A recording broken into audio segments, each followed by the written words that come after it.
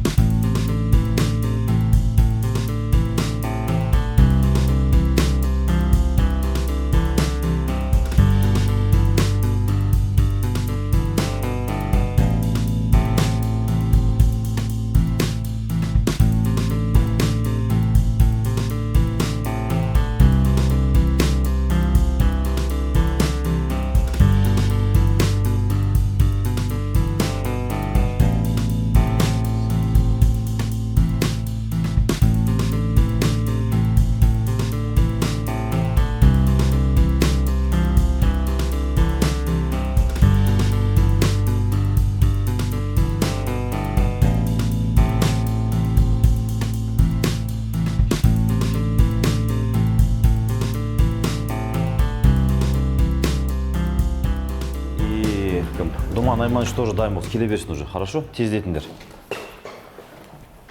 Ассалаумағалейкум. Уалейкум ассалам, Адеке, қалдарыңыз қалай? Жақсы, рахмет, өздеріңіз қалайсыздар? Ничего, рахмет, Аллаға шүкір. Иә, кеп қапсыз бізге. Рахмет, иә. Бүгін Ерғанаты бағдарламасының ұжымы арнайы сізге келіп, өзіңізбен сұхбаттасып, енді біз білеміз, жасап жүрген қызметіңіз оңай емес. Жалпы басқарудың тактикасы, құпиясы, жолы сіздің түсінігіңізде қандай жалпы? Басқару деген не? Басқару деген ол басқару негізі өзінен бастау керек, үлгі көрсетіп. Мысалы, құры тапсырма бере бермей, ұжыммен, әріптестермен бірге жұмыс жасау. Сол кезде бір жақсы нәтиже болады. Отыра беріп, тапсырма беріп, басқара берсең, оны ештеңке шықпайды деп ойлаймын мен негізі. Мен өзім әрбір жұмыс, бір іс бастайтын кезде, өзім қызметкерлерін жинап айтам, осылай іс бастайын деп жатырмыз. Бірге ақылдасып отырып жасайсыз. Ақылдасып, иә, ол менмендікке болмайды ондай. Бізде ұжым үлкен 435 адам. Өйткені өзің мен деп болсаң, ешқандай нәтиже шықпайды. Сол ақылдасып. Менің ойымша сол басшы болу, ол ақылдасып, пікірлерін тыңдап, ортақ шешім қабылдап, мекемеге, жұмысқа, қызметкерлерге дұрыс шешім, дұрыс жағдай жасалатындай жұмыс. Сол басқарудың құпиясы деп ойлаймын. Құрметті көрермен, біз жаңа ғана айттық сіздерге, біз бүгін ерекше жердеміз. Біз бүгін Астана қаласының әлеуметтік қызмет көрсету орталығы Нұрлы жүрек орталығындамыз. Және де бүгінгі бағдарламамыздың қонағы осы Нұрлы жүрек орталығының басшысы Нұрбол Нұрбайұлы. Жаңа сырттан кірген кезде байқадым, сіздер бір шара өтіп жатқан сияқты. Спорттық шара бізде жақында біздің қызмет алушыларымыз олимпиадаға, арнайы жазғы олимпиадаға барып келді. Жүлдегерлер бар. Жүріңіз соларды көрейік. Жақсы.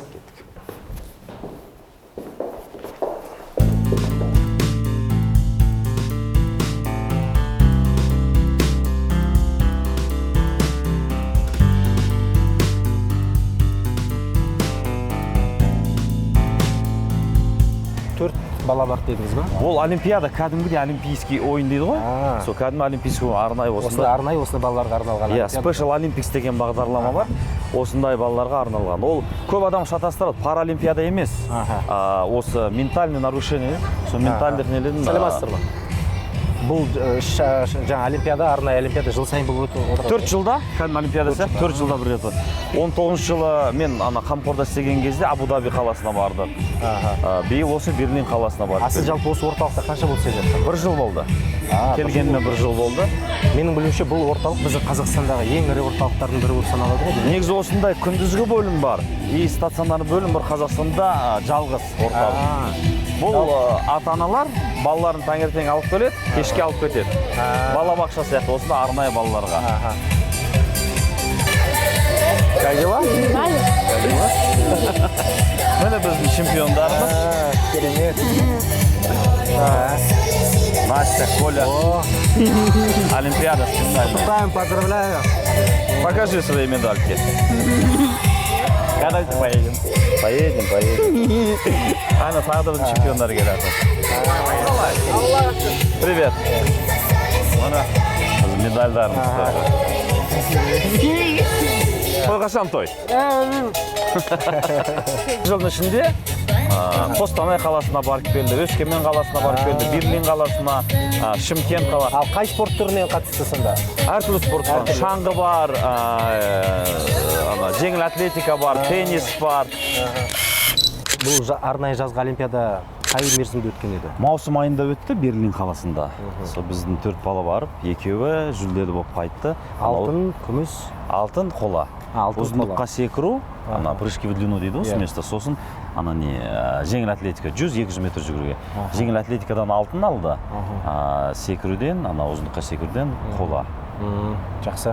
Жалпы осы Нұрлы жүрек әлеуметтік қызмет көрсету орталығы қай жылдан бастап бізде Қазақстанда ашылған? 1981 жылдан бастап. 81 жылдан бастап. Ол кезде балаларға арналғанда 3 жастан 18 жасқа дейін. Сосын 2016-дан осы күндізгі бөлім ашылды. Күндізгі бөлім өткен ата-аналардың ұсыныстан көп ұсыныс болды. Әкімнің атына хат жазды. Өткені осында арнайы балабақша жоқ қой. Олар таңертең алып келеді, кешке алып кетеді. Жалпы әлеуметтік сала қызметкерлеріне қазір мемлекет тарапынан қандай қолдаулар, жалпы деңгейі қалай?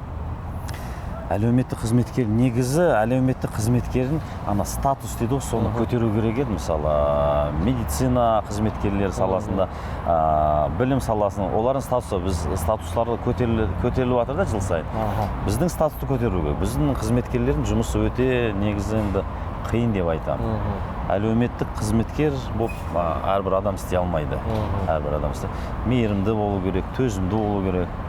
Енді өзіңіз түсінесіз ғой, кішкене кейбір қиын жағдайлар бар. Біреудің памперсін ауыстыру, киімін ауыстыру.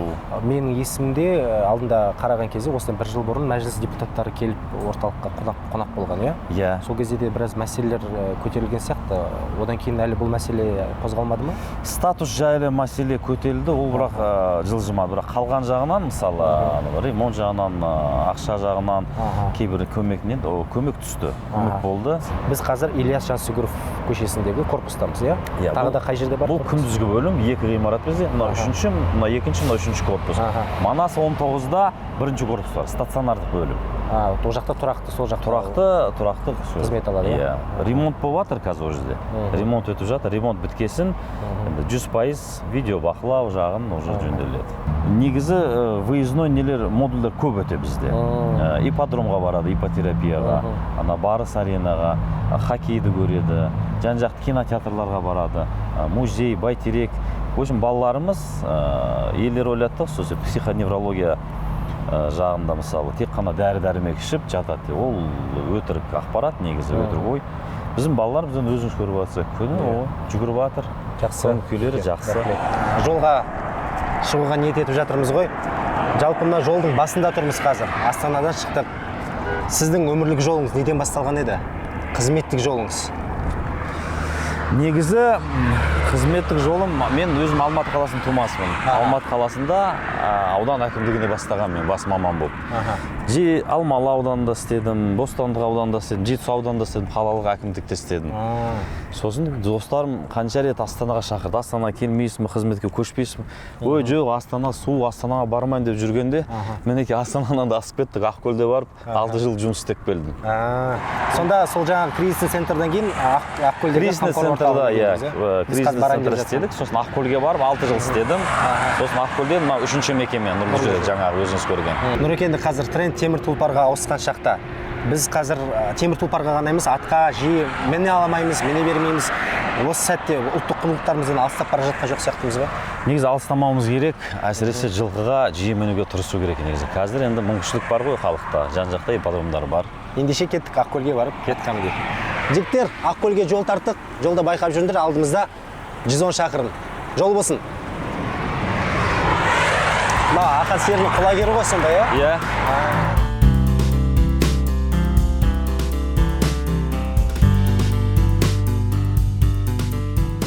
Құстың тұмсығындай, қамшының сабындай ғана қысқа ғана ғұмырда қарттыққа жеткен кезде бір абыроймен жету үшін қарттыққа жас кезде адам не істеу керек деп ойлайсыз? Қалай жетуге болады? Менің жеке өз пікірім енді осы өмірде қандай бір лауазымда болсын, қандай қызметте болсаң да, мысалы адам болу керек. Жас кезінен адам болу керек. Тіршілік істеп, адамгершілікті жоғалтпау керек. Кішіпейілік болу керек. Сол кезде өзің өскен кезде де, өзің балалы шағалы болған кезде де бала шағаңа сондай тәрбие бересің да, бала шағаң жетістігін көріп, сол кезде әдемі қартаясың деп ойлаймын. Жақсы. Нұрекенді мен ойлаймын да, бізді көріп отырған көрермен ойлап тұрған шығар, астанада біз келе жатыр деп. Біраз жол жүрдік, әлі қанша шақырым қалдық Құмқорға дейін? 80-85 шақырымдай бар. 85 шақырым? Иә. Біз қалай Астанадан 100 шақырым өтіп кеттік қой. Негізі қалжың айтам, келіп қалдық бұйырса. 5-6 шақырым қалды. Жігіттер, жолымызды жалғастырамыз, ары қарай әлі 80 шақырым бар екен. Қалай 80 100 өтіп Ау? 100 өтіп Әзілдеп жатырмыз, Нұрекең әзілдеп жатыр. 5-6 шақырым қалып келіп қалдық. Жол болсын. Нұреке, біз енді қазір Қамқор әлеуметтік қызмет көрсету орталығындамыз біз. Жаңа ғана айттыңыз, жалпы Алматы қаласының әкімдігінде жұмысыңызды, қызметіңізді бастап, Астана қаласының әкімдігіне ауысқан кезде осы мекемеде де біраз жыл қызмет атқардыңыз. Бұл екінші мекемем, осы Астана қалаға келгелі бері. Бұл мекемеде 6 жыл жұмыс істедім. 6 жыл жұмыс жасадым. Мысалға, мына ғимаратты мен келгенде жоқ еді. 6 жыл ішінде салып, осы ғимаратты қосқанбыз. Жалпы енді көрерменге түсіндіре айтып өтсеңіз, Қамқор әлеуметтік қызмет көрсету орталығы бұл тура нұрлы жүрек сияқты, бірақ 18-ден жоғары. Бұл жерде жаңағы даун, шизофрения, деменция деген диагнозбен кісілер жатады, осы 18-ден асқандар бері. Сонда бұл жерде мемлекет тарапынан барлық жағдай жасалған, иә, қызмет алушылар? 100% мемлекет тарапынан. Тамақ жағы, жатын, төсек орны, киім кешегі. Бұл жерде қызмет алушылар постоянно осында жатады ғой? Постоянно осы жерде жатады. Бірақ мен бана жоғарыда нұрлы жерде айтқандай, психоневрологияны елдер ойлайды ғой, жата береді. Жоқ, мысалға қараңыздар, бізде спорт жағы өте қатты дамыған. Мұны біздің олимпийский чемпиондарымыз, жан-жаққа барған олимпиада. Біз Қазақстан эстрадасының жұлдыздарымен футбол өткіздік. Асыл жүрек республикалық фестиваль өткіздік, мысалы өзіміз үйімізді алыстырып. Бұл орталықтың негізі өмірі қайнап жатыр, орталық тоқтамайды. Ал бұл орталықта қанша қызмет алушы бар? Қызмет алушы 375 қызмет алушы бар. Қызметкер 300 қызметкер бар. Біздің чемпиондар Стас Сигарев, ана шеретте бар.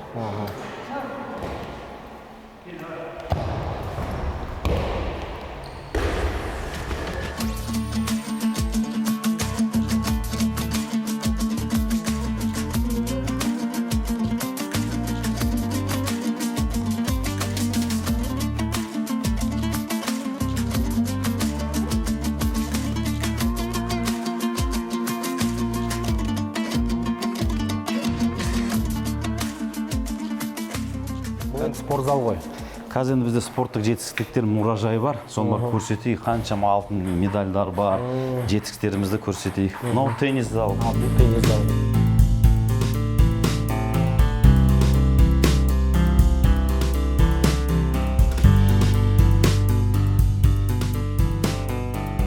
Нұрекенді жалпы әлемдік үлкен бір сондай коронавирус деген ауру келіп, дерт келіп, карантин болып, сол сәттерде де мына жерде өткіздіңіздер ғой. Соған оралатын болсақ, жалпы қызмет алушылармен қалай қиын болмады ма? Індет кезде біз 2019 жылы жазда 5,5 ай жаттық осы жерде. Осы жерде жұмыс істеп, осы жерде тұрып, шықпай осы жерден. Бізде енді мақтанып айтсам болады, бір летальный случай тұрмақ, бір ауырған, бір коронавирус, положительный бір случай жоқ. Бір қызметкер, бір қызмет алушы, бірде бір адам ауырмаған бізде. Өткен біз осы індет басталған кезде сразу изоляция кіріп кеттік та, іштен ешқайда шықпай. 120 адам бір ай жұмыс жасайды. Осыны 120 адам қызметкерлер. Сосын бір айдан кейін ауысады, басқа сменаға 120 адам. Осы жердің қызмет алушылардың жасаған мүсіні шығар, иә? Иә, олар өздері қолдарымен бізде еңбек кабинеттері бар, сол жерде жасайды. Сосын бізге мынандай ұсыныс келді, ауыстыру. Ана диспансер, сондайдан сөзден... Сіз басқарған жылдар ауыстыруға қамқор деп, иә? Мен келген кезде сосын ұсыныстар келді, мен айттым қамқор деп қояйық, өйткені қамқоршымыз ғой. Мына кісілерге қамқор көрсетеміз. Сондай себеппен қамқор деп қойдық.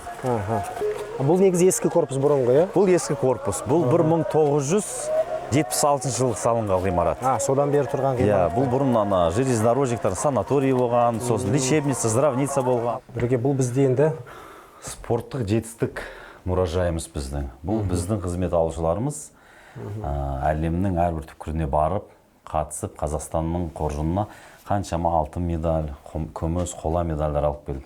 Қарап тұрсам, шынымен үлкен еңбек екен. Үлкен еңбек. Қаншама кубок, қаншама медаль. Бұл әркімнің қолынан келмейді негізі. Бізде бір өзі қызмет алушы қызымыз бар. Шаңғыдан, конькидан, стөл теннисінен, сосын ауыр атлетикада, пауэрлифтинг.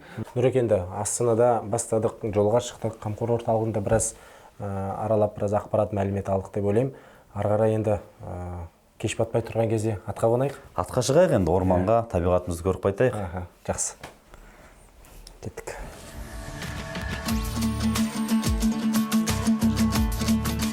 Айналаңды таспен қоршағанша доспен қала дейді.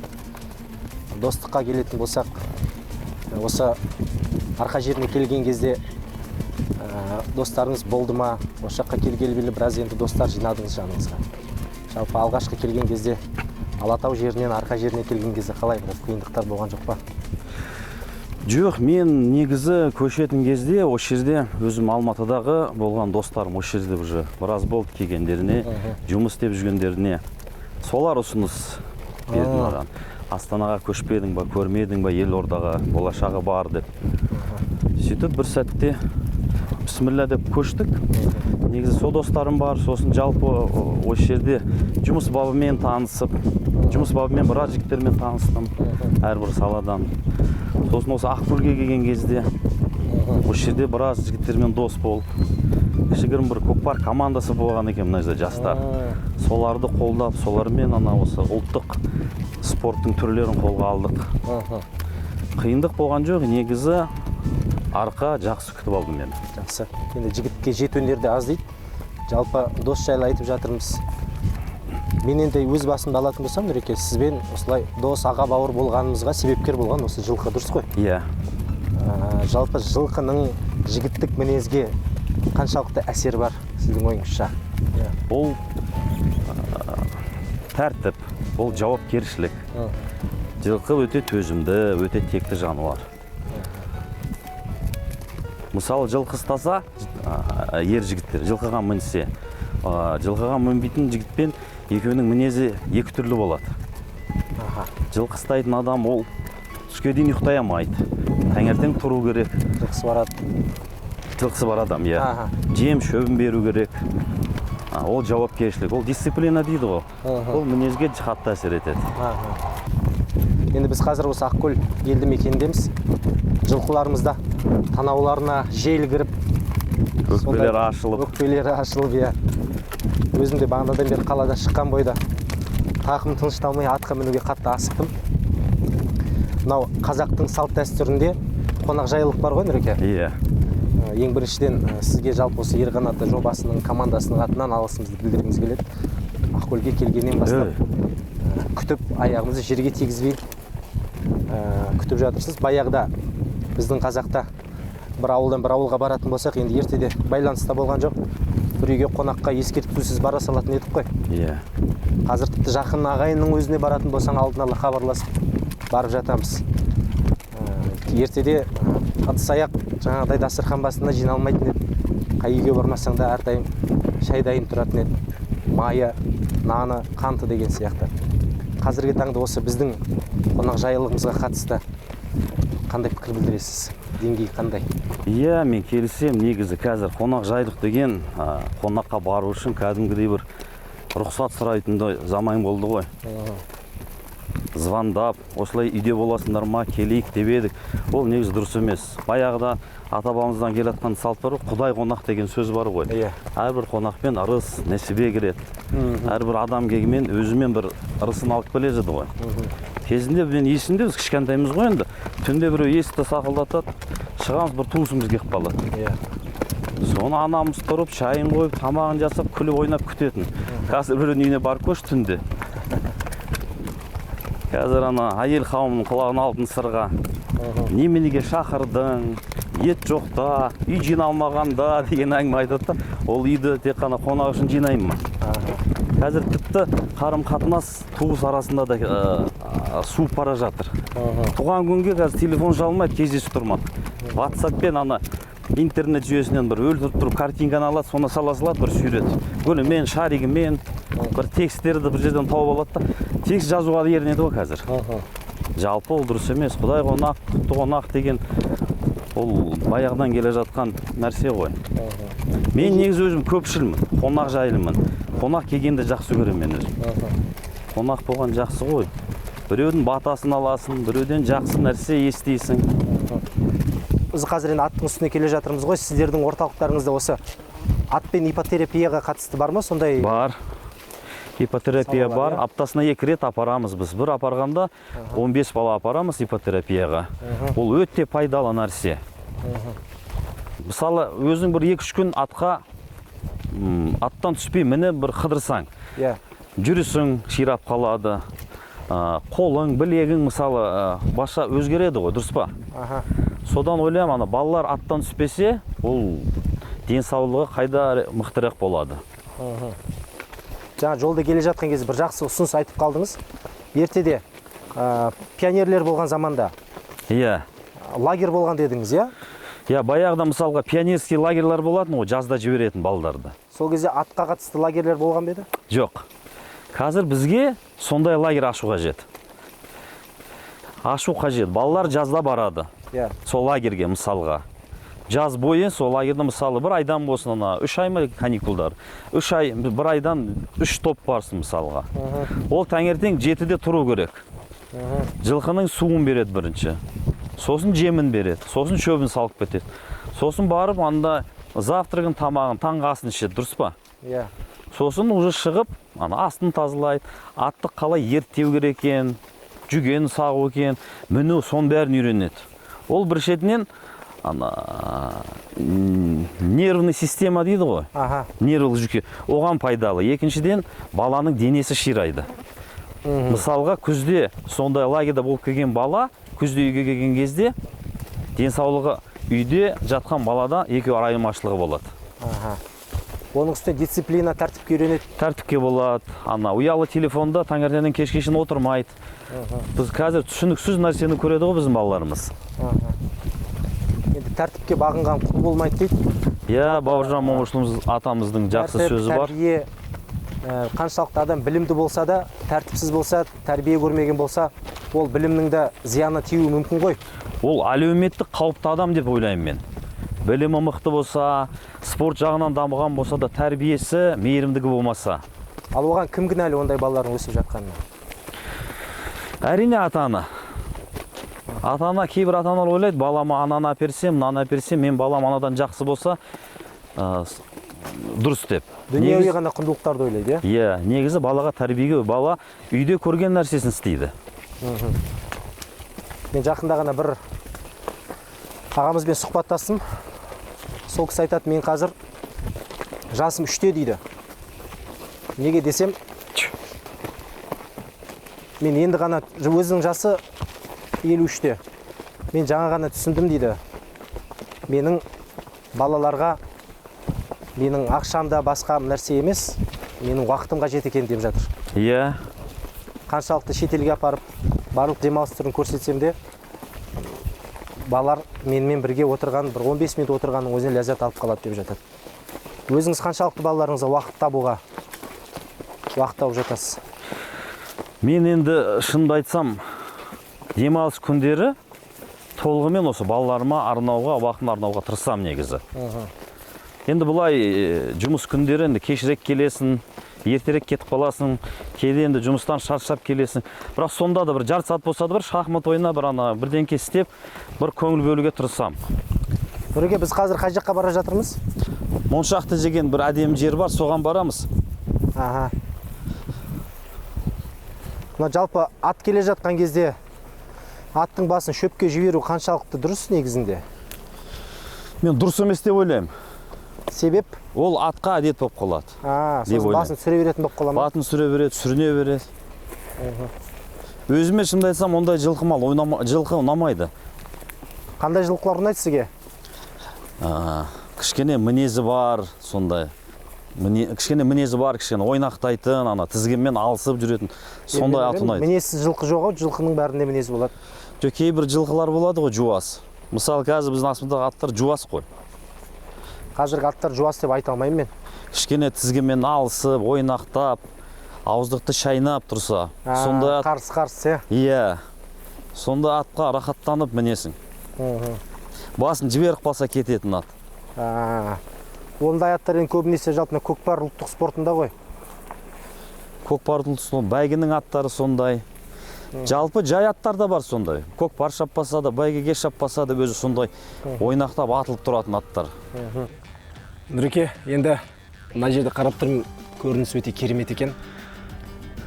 Ақкөл алақандағыдай болып көрініп тұр екен. Өте керемет, әдемі. Сізге үлкен алғысымды білдіргім келеді. Осы эфир барысында, көрерменнің алдында уақытыңызды бөліп, осылай сұхбатқа өзіңіз бізді осылай күтіп алып, мына жақта қолдау білдіріп жатқаныңызға ризашылығымды білдіргім келеді, Ерқанат жобасының атынан. Енді әр нәрсеге, көп адамға бір нәрсе шабыттандырады, қанат бітіреді. Біреуге деген, мысалы, отбасына деген махаббаты қанат бітіреді. Ата-анасына, отанға деген, бала-шағасына деген сияқты. Жалпы бұл өмірде сізге не нәрсе қанат бітіреді? Әр түрлі жағдай біз ұмытылу керекпіз. Ата-анамыз қуанады, сол қанат береді. Жұмыста қызмет алушылар, олардың ата-аналары, өзіміз балаларымыз, тіпті болмаса досымыздың бір жетістігі болса, оны көмектесіп берсең, бір жерде бір тірек болсаң, ол бір жетістікке жетсе, ол да қанаттандырады мысалы адамды. Жақсы, мен ойлаймын, тіпті мынау біздің еліміздің кең байтақ жеріміздің табиғатының өзі көп нәрсеге қанат бітіреді деп ойлаймын. Мысалы, біз қазір, құрметті көрермен, теңіз метр биіктігінен 500 метр биіктікте тұрмыз. Аттармен 500 метр биіктікте көтерілдік. Жалпы кейбір елдерде 400 метр, 500 метр биіктікте олар үлкен тау санайды екен. Ал біз үшін бұл төмпешік болып саналады. Енді Заңғардай Алатауымыз барда, Қаратауымыз барда, үлкен-үлкен басқа да көптеген табиғатымызға енді көз жүгіртіп шола беретін болсақ, Аллаға шүкір, табиғатымыз өте керемет қой. Сол сияқты қазір 500 метр биіктікте тұрмыз, аттармен биіктікке шықтық. Жаңа мына аттар кішкене мінезіңді көрсетпесең тыңдамайды екен. Осы биіктікке көтерілеміз дегенше аттарға даусымды салам деп кішкене тамағым қарылып қалды. Енді биіктікке көтеріліп тұрмыз ғой, жалпы өмірде адам биіктікке жету үшін, мақсатына жету үшін қандай қағиданы ұстанған жөн? Адал еңбек ету. Адал еңбек, ең біз адал еңбек істесе, адам шын ниетімен ынталанса жетеді деп ойлаймын сол мақсатына. Кейбір адамдар жұмыс істемей, қазақтың сөзі бар ғой, жеңілдің астымен, ауырдың үстімен дегендей. Ондай жүріспен, ондай ниетпен биік шыңға адам жетпейді. Адал ниет етсе, алдамай, адамгершілікпен, ешкімнің ала-жібін аттамаса, онда әрбір мақсатына, қойған мақсатына жетеді деп ойлаймын. Сіздің бұл өмірдегі мақсатыңыз қандай? Енді әр еркектің, ер азаматтың мақсаты ата-анамызды қуанту. Ата-анамыз осы зейнеткерлікке шыққанда біздің қызығымызды көріп, біздің бала-шағамыз қызығын көріп жүруге, өзіміздің артымыздан бір жақсы ат қалдыру. Ертең бала-шағамыздың бір жетістікке жеткенін көріп, немеремізді бағып, сол әдемі қартаю дедіңіз ғой бағана, соған жету мақсат сол адамда. Мағжан Жұмабаев мен жастарға сенемін деп айтып кеткен.